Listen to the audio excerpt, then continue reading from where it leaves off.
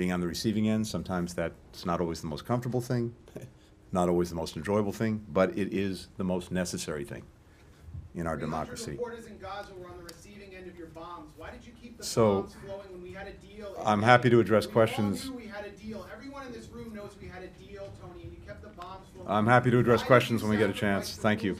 Order on the mantle of your designers. Did you want to finish? Why did you allow my friends to be massacred? Why did you I'm happy to address your questions when we get to questions. Thank you. Thank you. You helped destroy our religion, Judaism, by associating. Yeah, I have a statement. Yeah, I have a statement to make. Thank you. You waved the white flag before Netanyahu.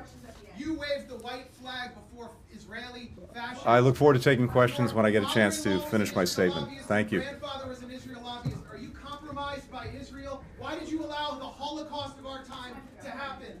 How does it feel to have your legacy be genocide?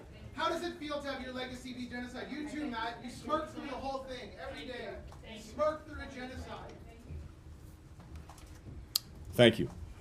And thank you, Matt. Now, I've got a few more things to say, and then I'm happy to take any question about anything, as we've done these past 4 years. About Israel's nuclear weapons, everybody from the ICJ, I was sitting here quietly, and now I'm being manhandled by 2 or 3 people. You pontificate about a free press. You pontificate about a free press. You are hurting me. You are hurting me. You are hurting me. I am asking questions after being told by Matt Miller that he will not answer my questions until I'm asking questions. Wasn't the point of the May 31st statement to block the ICJ orders? You blocked the ICJ orders. Please, sir, respect the process. Oh, respect the process. Respect the process. Well, everybody from Amnesty International, from Amnesty International to the ICJ, saying that Israel's doing genocide and extermination, and you're telling me to respect the process. Criminal! Why aren't you in The Hague? Why aren't you in The Hague? Why? First, the firing stops. Hamas, Israel stop firing. Israel pulls back its forces. Hostages begin to be released. Prisoners come out of Israeli jails and go back. And we surge humanitarian assistance to people who so desperately need it. All of that happens during a 6-week period. But also during that 6 weeks, we have to negotiate the understandings to get to a permanent ceasefire so that Israel pulls all of its forces out of Gaza, Hamas doesn't come back in, and there's the necessary governance, security, reconstruction arrangements so that Gaza can move forward. Is that sorted? That's not sorted. We've worked on it intensely for the last 6 or 7 months, intensely but quietly with Arab partners, with others. I think there's some basic understandings that we've reached, but the ceasefire itself, hopefully, would concentrate minds and get people to agree on what's necessary to get that day after or post-conflict plan in place. So we're speaking as your successor is undergoing confirmation hearings, Senator Marco Rubio.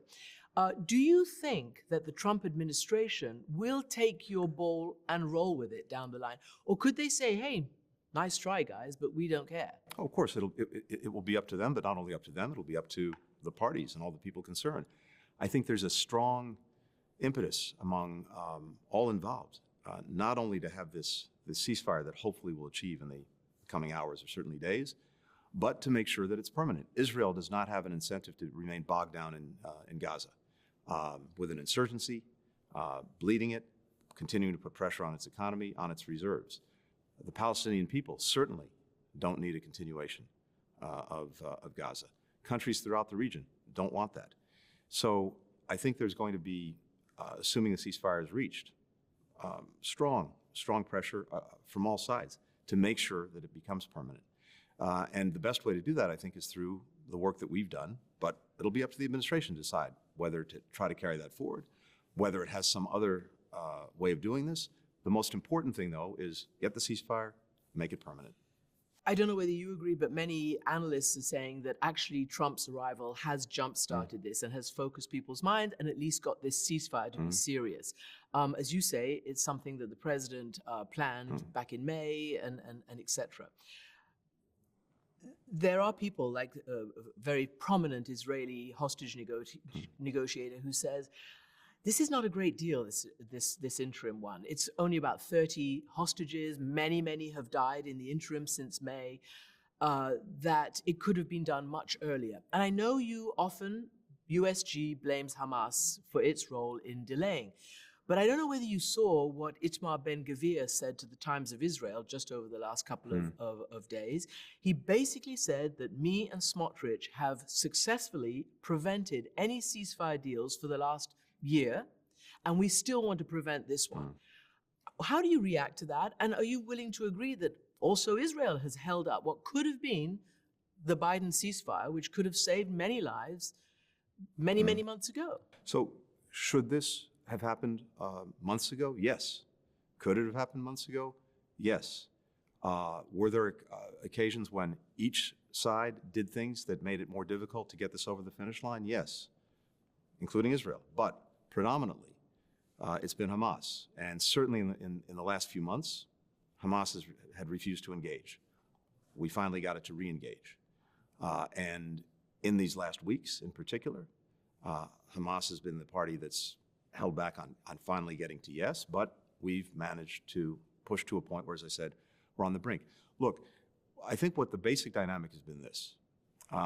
First, what was so important was that there had to be an agreement that this would proceed in two phases, that we'd have these 6 weeks where everyone stops firing, Israel pulls back, hostages come out, prisoners are released, humanitarian assistance goes in, and final arrangements for an enduring ceasefire are made. For months, Hamas wouldn't accept that. The president went forward, went public in May, very end of May, early June, with a detailed proposal for that. And then we went around the world, and everyone came out in support of it, including the UN Security Council. And at that point, Hamas was isolated, and it signed on to that framework. And ever since, as I said, we've been working to implement it, to get the final arrangements. But there have been two dynamics that have really, I think, held things back more than anything else. One, Hamas was hoping that the cavalry would come to the rescue, that it would get a wider war with Lebanon and Hezbollah, with Iran. And the actions that we took, along with Israel, made it clear that the cavalry was not coming to the rescue. It couldn't count on that.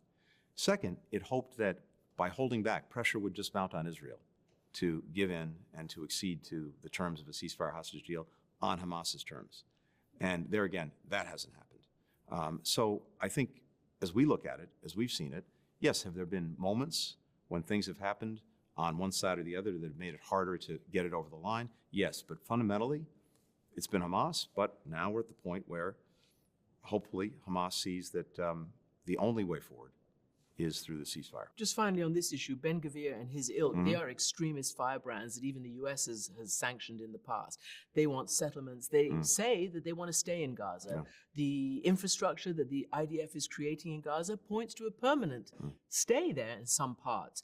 Are you sure, is USG sure that Israel will pull out, or that it will stay for, I don't know, months, years afterwards? What I can tell you is this, Christian.